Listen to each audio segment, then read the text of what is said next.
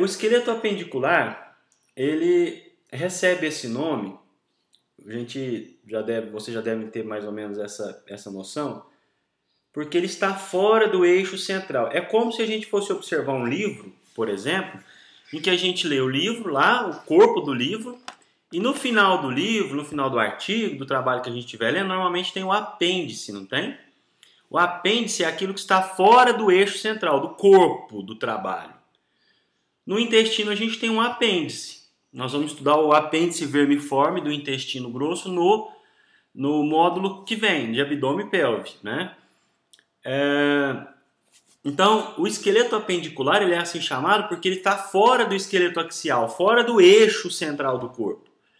Então, nós vamos estudar especificamente, de agora até meio-dia, o esqueleto apendicular que corresponde aos membros superiores e inferiores e as suas articulações. Ok? Então, eu conto com a participação de todos vocês, hein? Então, vamos lá. O conceito etimológico vem do grego, né? O esqueleto, que é múmia, que é um corpo seco e morto. É por isso que a gente, quando observa lá, a gente tem aquela sensação, né? Olha lá o esqueleto e fala, nossa, assusta um pouco, principalmente no primeiro contato, né? Porque aquele esqueleto dá uma ideia pra gente de morte, né? É o que tem por dentro da gente, aquilo ali, é o osso, né? Então, quando a gente observa aquela imagem, a gente tem uma ideia nítida, típica de morte. É o que vem à cabeça da maioria das pessoas que observam isso, né?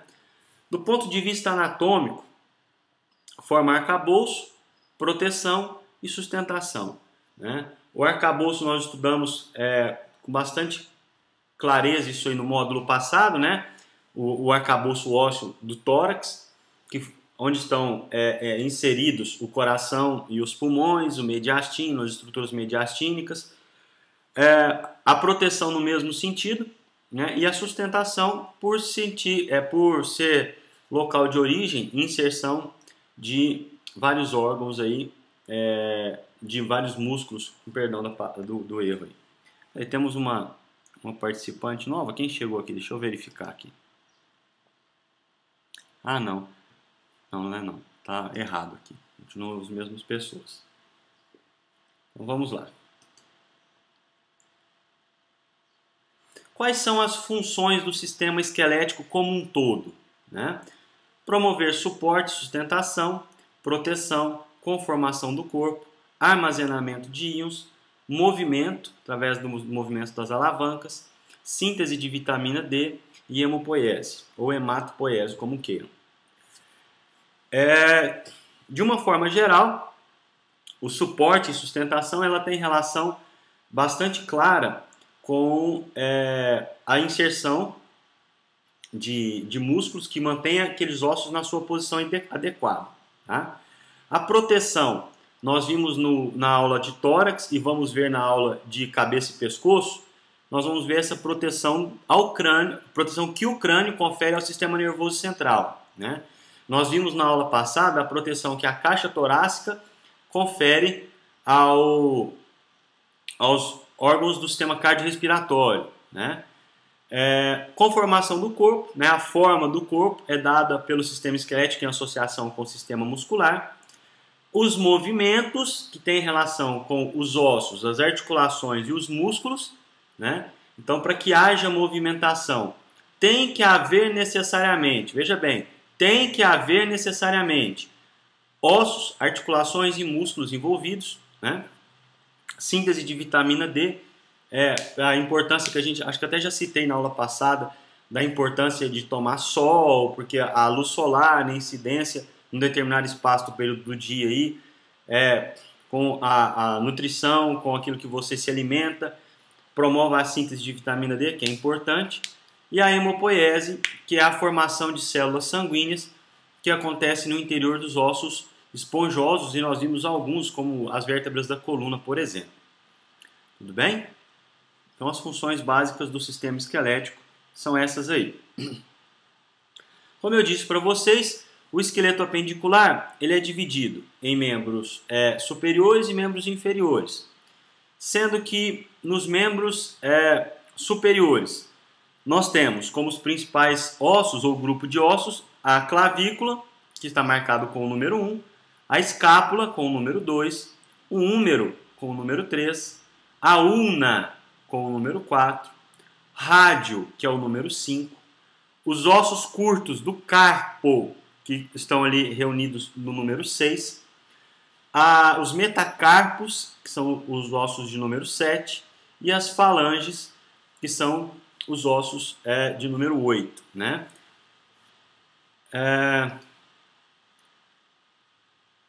No esqueleto apendicular dos membros inferiores, a gente tem a pelve, né, que no caso aqui está o ilíaco, mas nós vamos nos focar mais nisso aí quando a gente for estudar abdômen e pelve. Né? Como ossos dos membros inferiores, o fêmur, a patela, que é o número 3, tíbia e fíbula, números 4 e 5 respectivamente, os ossos curtos do pé, que são os tarsos, o número 7 são os metatarsos, e as falanges, que são representadas ali pelo número 8. Tá? Nós vamos aprofundar isso aí em cada um desses ossos no momento oportuno. Tá? Para a gente aprofundar em cada um dos ossos, a gente precisa aprender a classificar esses ossos de acordo com a sua forma. Então, quanto à forma, nós dividimos esses órgãos em longos, alongados, planos, curtos, irregulares, sesamoides, pneumáticos e viscerais. Cada uma dessas classificações leva em consideração a forma do osso. Então a gente chama isso de classificação morfológica dos ossos.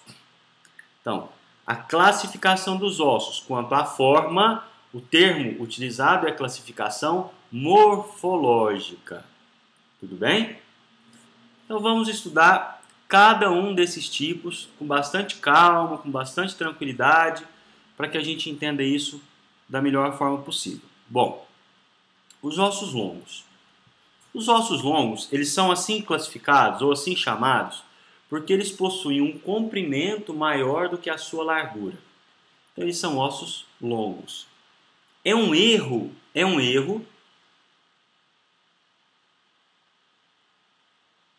A Isabel está colocando aqui, ó, isso cai na prova de residência da UF. E vai cair ou você já fez a prova, ô Isabel?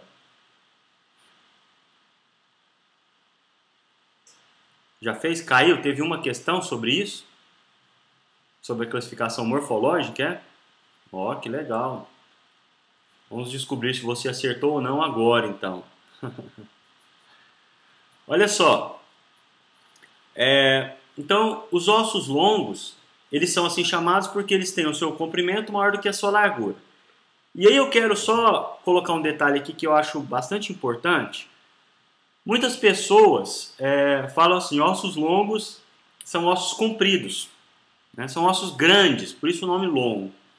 Na verdade, pessoal, as falanges, por exemplo, que são ossos pequenos, também são ossos longos, né? Então, a melhor definição para osso longo é o comprimento maior do que a sua espessura ou largura. Tudo bem? Todos entenderam a razão disso? Então aqui, olha, eu coloquei alguns órgãos, alguns ossos longos, húmero, fêmur, fíbula, ulna. A gente poderia colocar um monte de outros, tíbia, as próprias falanges, como eu citei para vocês, os metacarpos, os metatarsos, são ossos, todos ossos longos, ok? Então, pensou num osso cujo comprimento é maior do que a largura, pensa inicialmente num osso longo. Por que eu estou falando inicialmente no osso longo?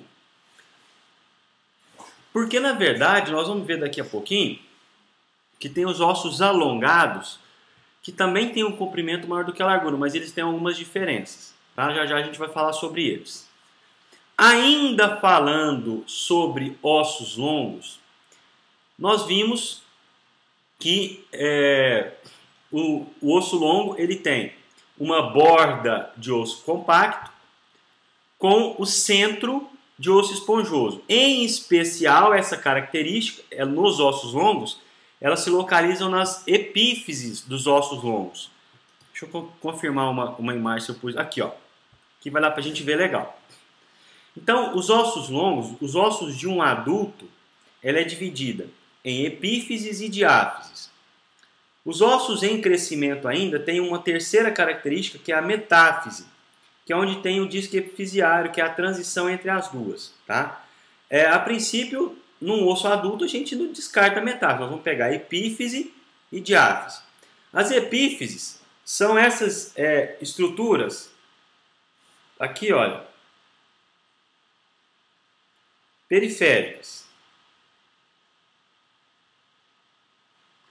A diáfise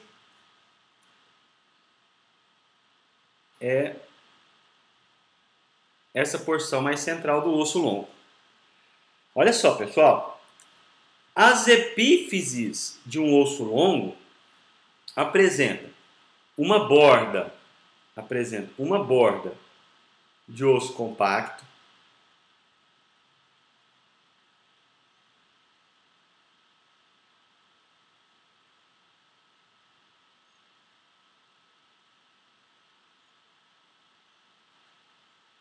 e o centro é de osso esponjoso, que apresenta essas características que eu estou marcando aqui, olha. O osso esponjoso, ele possui trabéculas ósseas. Trabéculas são os espaços onde, em cada uma dessas cavidades, a gente tem medula óssea vermelha. Ok? O centro, a diáfise de um osso longo é predominantemente de osso compacto. E tem no seu centro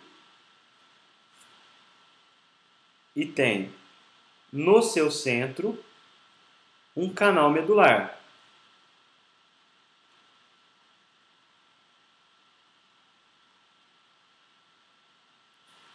Tudo bem, pessoal? Alguma dúvida nessa situação aqui?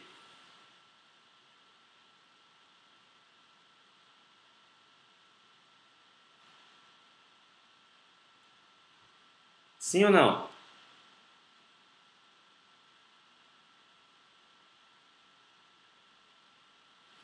Beleza. Carla, tudo bem? Tá entendendo bem? Beleza.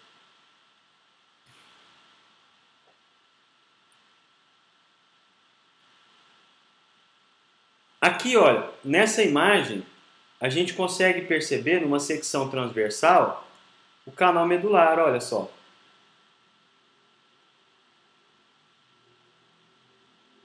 Ok?